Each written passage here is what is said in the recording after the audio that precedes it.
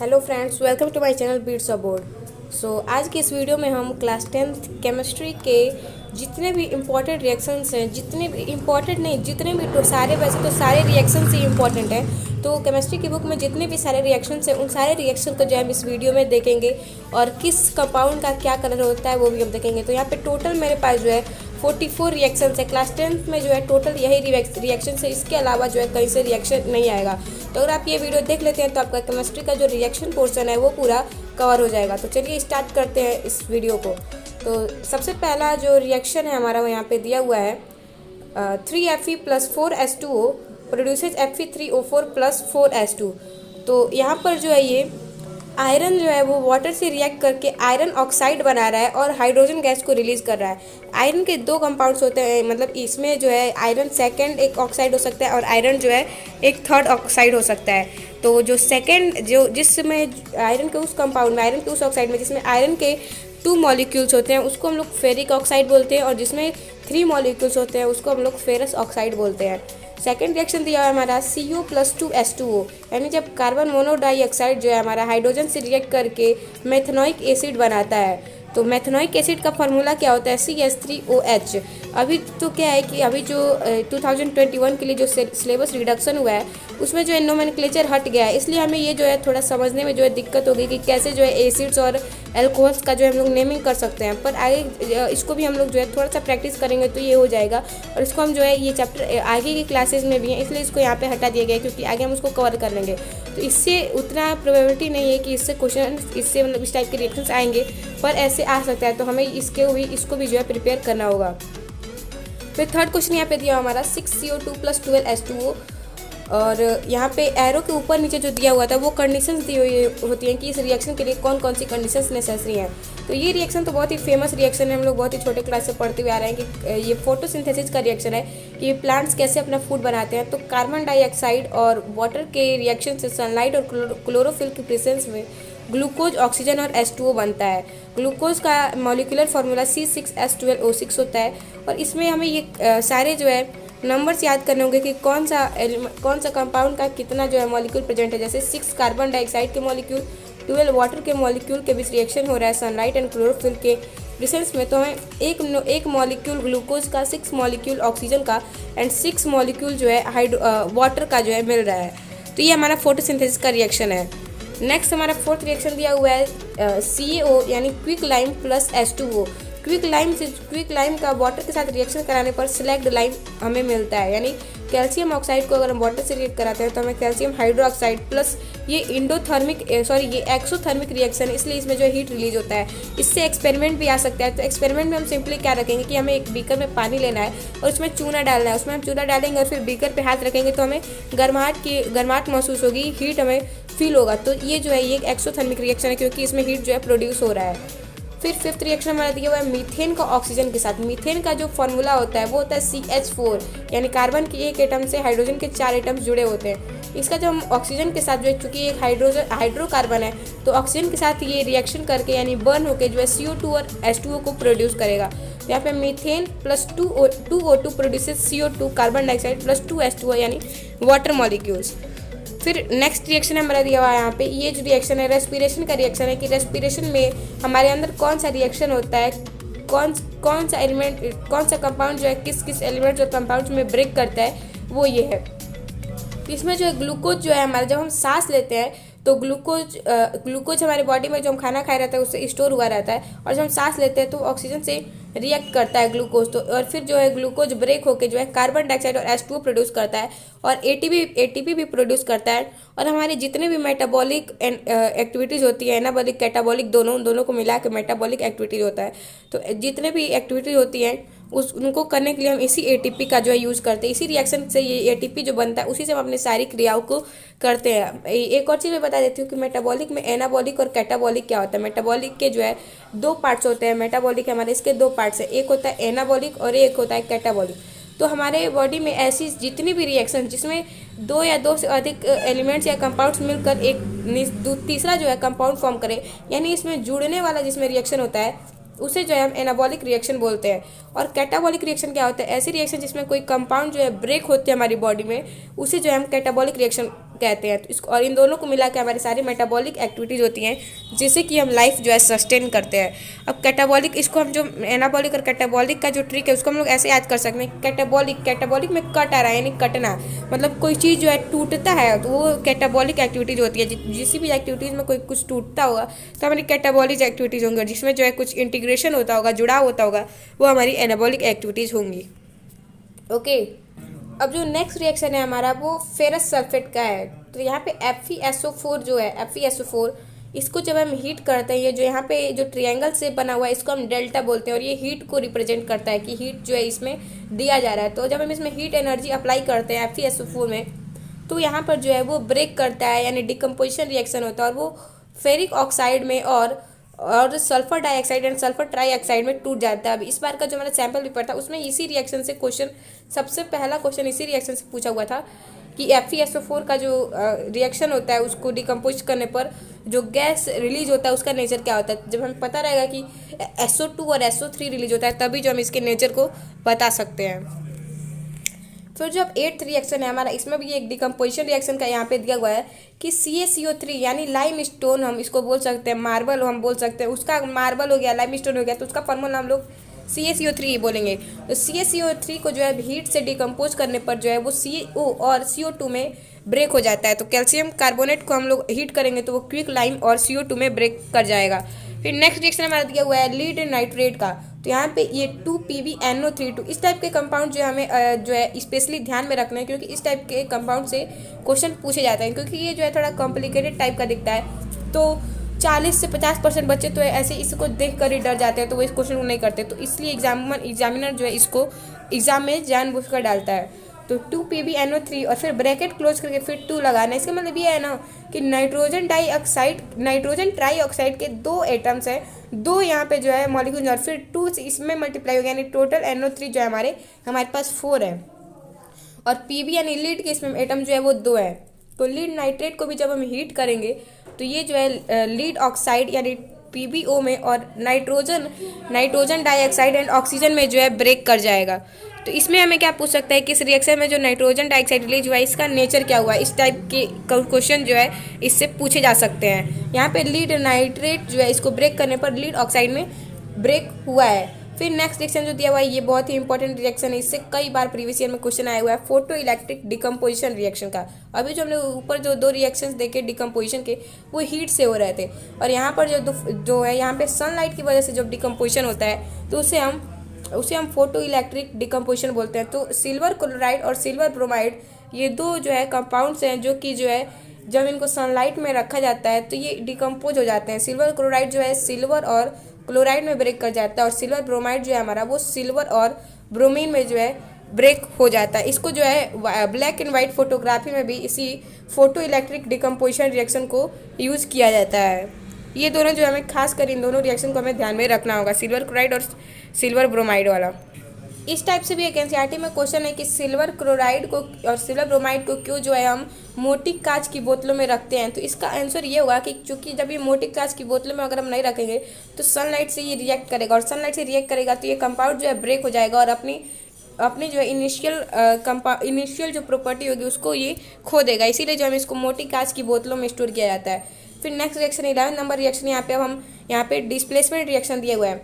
Displacement reaction क्या होता है, ऐसी रिएक्शन जिसमें जो हायर रिएक्टिव एलिमेंट होता है वो अपने कंपैरिजन में लोअर रिएक्टिव एलिमेंट को उसके कंपाउंड से डिस्प्लेस कर देता है, वैसे रिएक्शन को हम डिस्प्लेसमेंट रिएक्शन बोलते हैं। जैसे यहाँ पर Fe+CuSO4 है, कॉपर सल्फेट एक साल्ट है, इसको जब आयरन से हम रिएक्ट कराते हैं तो आयरन जो है रिएक्टिविटी सीरीज एनसीईआरटी में दी हुई है उसे हमें जो है याद करना होगा, तभी हम डिस्प्लेसमेंट रिएक्शन के रिएक्शंस को कर पाएंगे।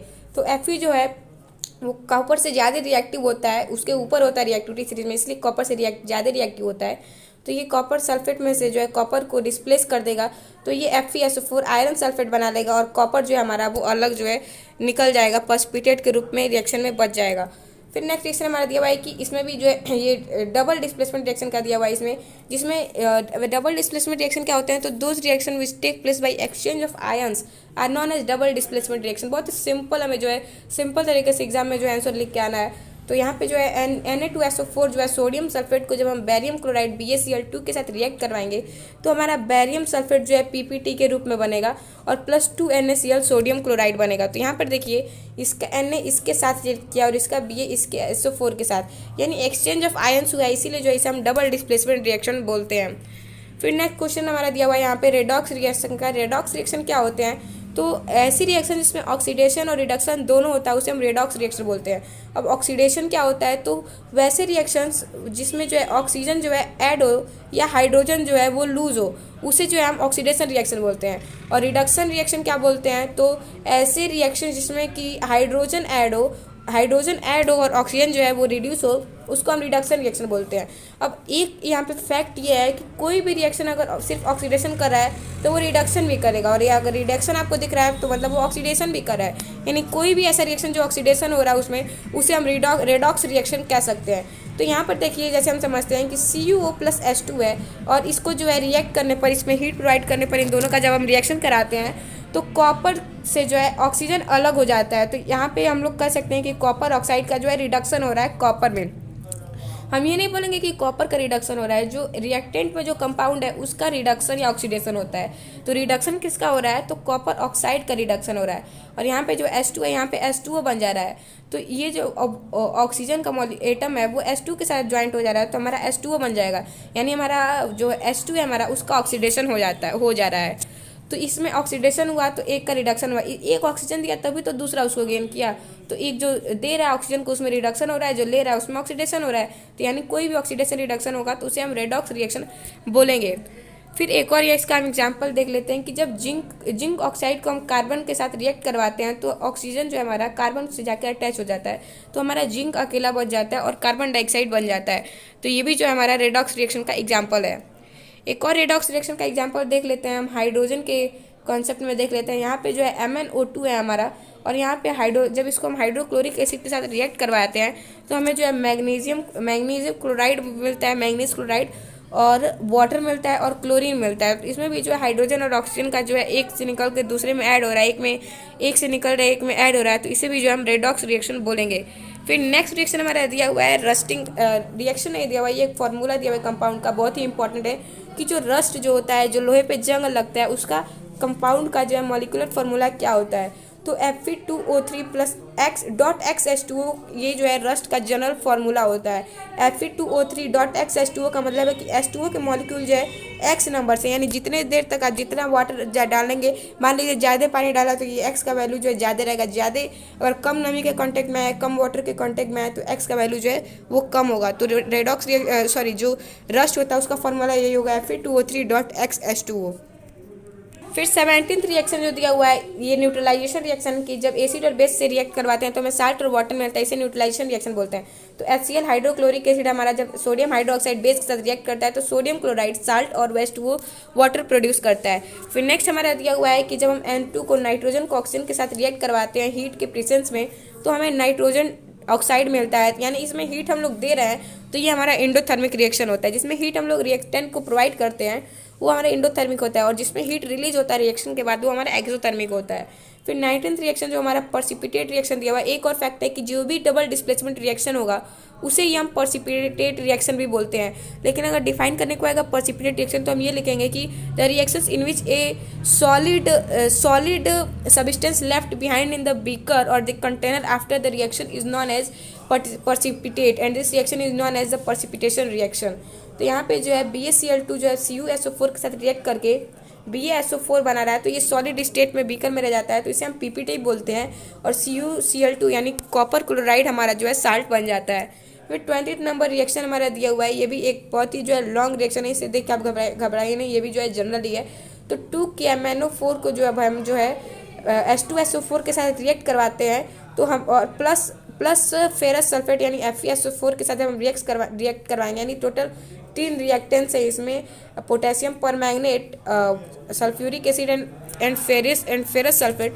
तो इससे हमें K2SO4 मिलता है, 5F2SO4 यानी फेरिक सल्फेट मिलता है, Fe2SO4 और फिर ब्रैकेट के बाहर 3 प्लस Mn यहाँ पे कुछ ये समझ नहीं आ रहा है, ओके, प्लस H2O। मैं अभी इसको बताती हूँ, एक मिनट।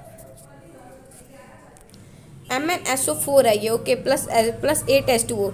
तो ये सारे ये जो है रिएक्शन है, ये भी इंपॉर्टेंट रिएक्शन है।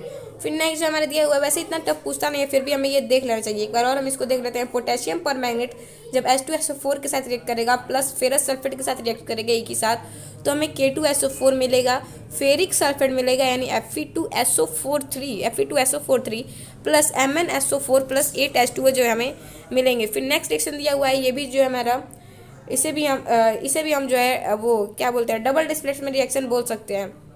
तो जब हम बैरियम क्लोराइड का एल्युमिनियम एल्युमिनियम सल्फेट के साथ रिएक्शन करवाते हैं तो हमें बैरियम सल्फेट और एल्युमिनियम क्लोराइड मिलता है।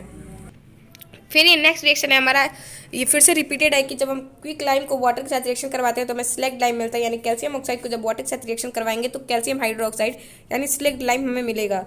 फिर नेक्स्ट हमें दिया हुआ है कि 3H2 हाइड्रोजन को जो हम नाइट्रोजन के साथ रिएक्ट कराते हैं तो हमें अमोनिया मिलता है यानी 2NH3 मिलता है। ये एनसीईआरटी के इंटर एक्सरसाइज में जो है ये क्वेश्चन दिया हुआ है, इंटर एक्सरसाइज में। फिर जब हाइड्रोजन को नाइट्रोजन से रिएक्ट करवाएं तो हमें अमोनिया मिला। फिर 24th रिएक्शन दिया हुआ है कि जब हम H2SO4 को जो है हाइड्रोजन सल्फाइड को जब हम ऑक्सीजन के साथ रिएक्ट करवाते हैं तो हमें जो है वाटर और सल्फर डाइऑक्साइड हमें मिलता है। इससे भी ये जो है क्वेश्चंस आते हैं, ये भी एनसीईआरटी में क्वेश्चन दिया हुआ है। हाइड्रोजन सल्फाइड को जब हम ऑक्सीजन के साथ रिएक्ट करवाएंगे तो हमें वाटर मिलेगा, ये ऑक्सीजन इसके साथ ज्वाइंट हो गया और सल्फर को जो है अलग कर दिया और सल्फर ऑक्सीजन से भी ज्वाइंट हुआ तो ये 2SO2 मिल गया। H2S को हम हाइड्रोजन सल्फाइड बोलते हैं, अभी मैंने बताया। फिर नेक्स्ट क्वेश्चन नेक्स्ट दिया हुआ है हमारा 25 नंबर रिएक्शन, जब हम नाइट्रिक एसिड को जो है कैल्शियम हाइड्रोक्साइड के साथ रिएक्शन करवाएंगे तो क्या होगा। तो ये एसिड है और ये बेस है, तो इसको हम रिएक्ट करवाएंगे तो हमें ये साल्ट मिलेगा calcium nitrate CaNO3 plus water मिलेगा हमें H2O। हम लोग जो है कैल्शियम CaOH2 को जो है हम कैल्शियम हाइड्रोक्साइड को हम लोग कैल्शियम बाइकार्बोनेट भी जो है बोल सकते हैं। फिर नेक्स्ट रिएक्शन दिया हुआ है कि CaOH2 को जब हम CO2 के साथ रिएक्शन करवाएं, यानी जब कैल्शियम हाइड्रोक्साइड को कार्बन डाइऑक्साइड के रिएक्शन के साथ रिएक्शन करवाएंगे तो हमें कैल्शियम कार्बोनेट प्लस वाटर मिलेगा।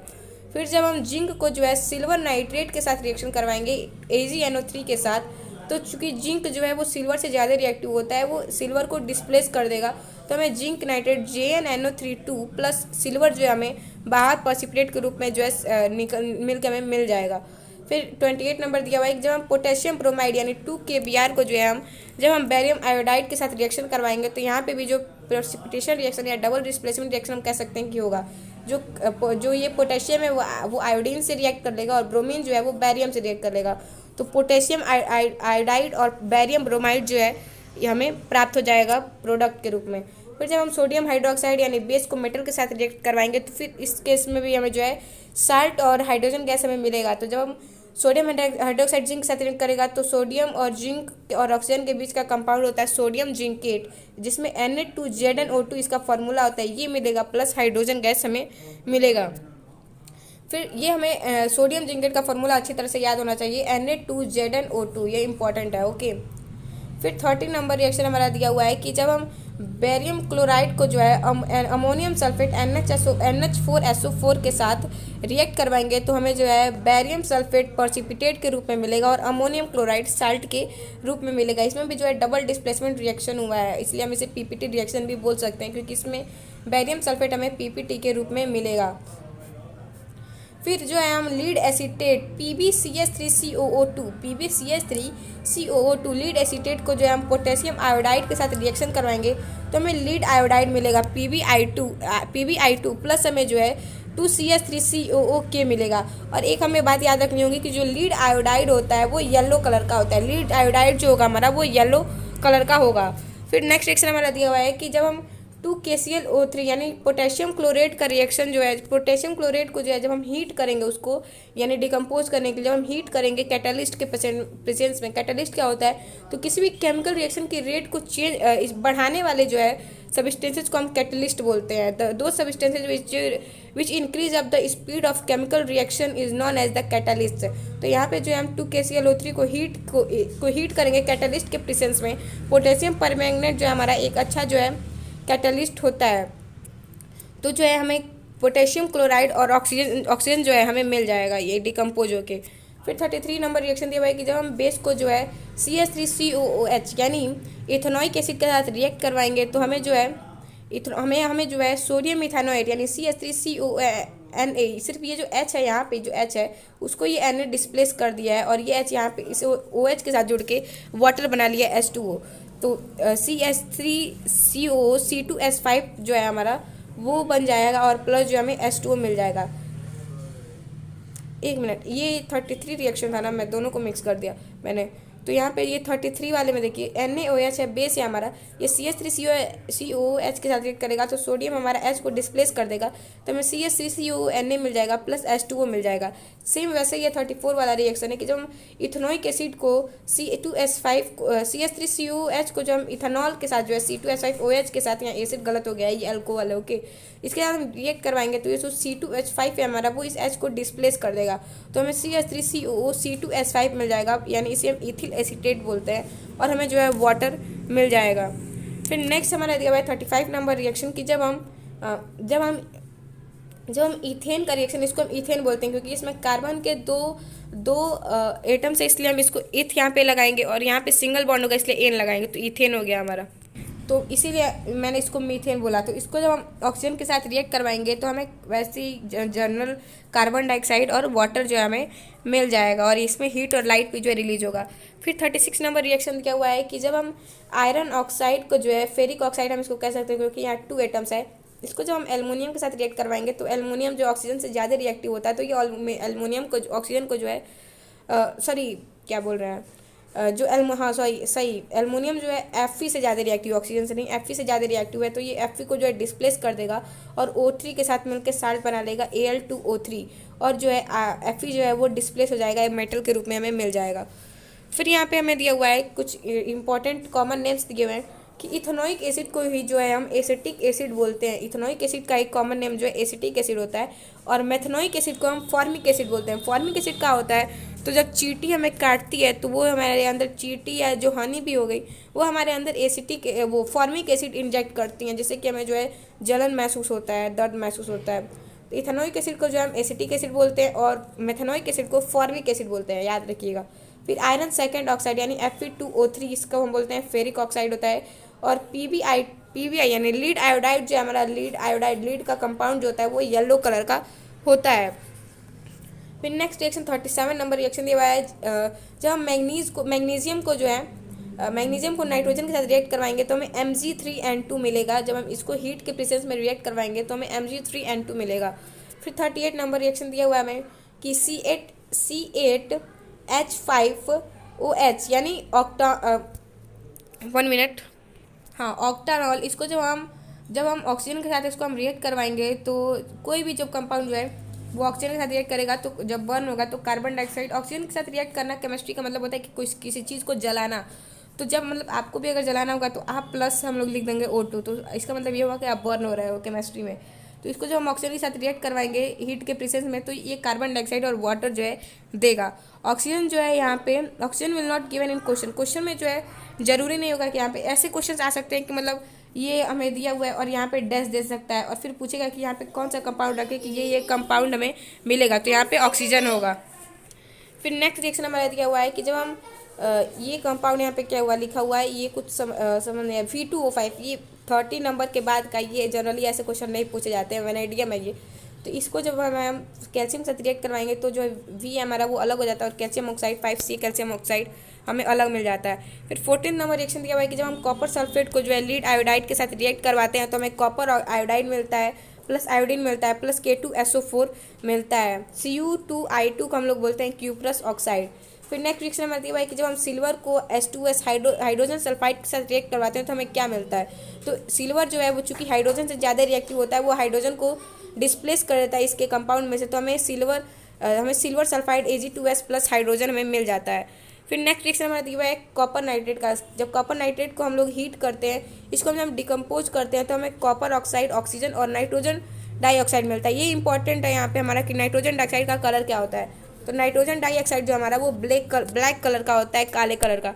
फिर 43 नंबर रिएक्शन हमारा दिया हुआ है K2Cr2O7, ये जो है कैटलिस्ट का काम करता है। इसको मैंने वहाँ पे पोटेशियम परमैंगनेट बोला था कैटलिस्ट के रूप में, ये भी जो एक अच्छे रिएक्टेंट की तरह काम करता है K2Cr2O7 potassium permanganate potassium chromate बोलते हैं, ठीक है। KMnO4 पोटेशियम परमैंगनेट होता है, ये पोटेशियम क्रोमेट होता है।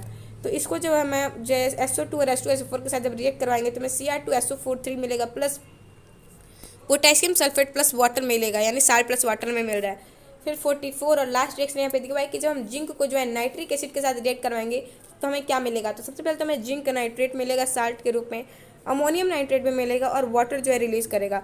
और HNO3 एक बहुत ही जो है बहुत ही ज़्यादा इसका जो है इसकी pH वैल्यू बहुत कम होती है, यानी बहुत ही ज़्यादा ये कोरोजिव नेचर का होता है, बहुत ही स्ट्रॉन्ग एसिड होता है। इसीलिए HNO3 एक ऑक्सीडाइजिंग एजेंट की तरह काम करता है, क्योंकि इसमें जो है ऑक्सीजन के एटम्स जो है जुड़े होते हैं। एक नाइट्रिक एसिड के मॉलिक्यूल में जो है तीन ऑक्सीजन के एटम जो है अटैच्ड होते हैं। फिर नेक्स्ट यहाँ पे कुछ इंपॉर्टेंट पॉइंट्स हमारे यहाँ पे दिया हुआ है कि ये इस टाइप के क्वेश्चन बहुत आते हैं, जैसे कि Ag2S है तो हमें बता देगा कि कौन सा कंपाउंड, मान लीजिए किस रिएक्शन में ये फॉर्म होने वाला है तो हमसे पूछेगा कि यहाँ पे कौन सा कंपाउंड बना और वो किस कलर का है। तो हमें रिएक्शन पता रहेगा और ये भी हमें पता होना चाहिए कि वो किस कलर का है। तो सिल्वर सल्फाइड जो होता है हमारा Ag2S वो ब्लैक कलर का होता है, और जो हमारा कॉपर ऑक्साइड है ये भी हमारा ब्लैक कलर का होता है, और नाइट्रोजन डाइऑक्साइड जो है हमारा वो ब्राउन कलर का होता है। तो ये सारे रिएक्शन थे जो क्लास 10 के बुक में जो है पूरे दिए हुए हैं, और इसके अलावा कहीं से भी रिएक्शन जो है नहीं आएगा, इसमें कुछ एक्स्ट्रा रिएक्शन दिया हुआ है। पर ये टोटल अगर हम कर लें तो हम जो है पूरा रेडी हो जाते हैं अपने केमिकल रिएक्शन के पोर्शन से बोर्ड एग्जाम के लिए। और जो है कंपाउंड्स का मैंने जो इसमें कलर बताया वो तो हमें एकदम रिमेंबर ही रखना है, ओके। वो तीन ही कलर थे, ब्लैक कलर था, और नाइट्रोजन डाइऑक्साइड हमारा जो है कौन सा ब्राउन कलर का था, और लीड आयोडाइड जो था हमारा वो येलो कलर का था, और जो कुछ थे सल्फर डाइऑक्साइड वाला वो जो हमारे ब्लैक कलर के थे, कॉपर ऑक्साइड भी हमारा ब्लैक था। तो आई होप ये वीडियो आपके लिए हेल्पफुल होगा, और आप इन सारे रिएक्शन को जो है याद कर लीजिएगा। अगर इसमें आपको मतलब अच्छे से उतना कुछ राइटिंग नहीं समझ आएगा तो इन सारे रिएक्शन को आप गूगल पे थोड़ा बहुत लिखेंगे तो पूरा रिएक्शन आ जाएगा, तो उसको आप लिख के एक पेज पे लिख लीजिएगा और फिर उसको लर्न कर लीजिएगा। तो आई होप ये वीडियो आपके लिए हेल्पफुल हो गया। So thank you for watching the video, bye bye, take care, stay safe, keep learning and keep watching my channel, great support, thank you.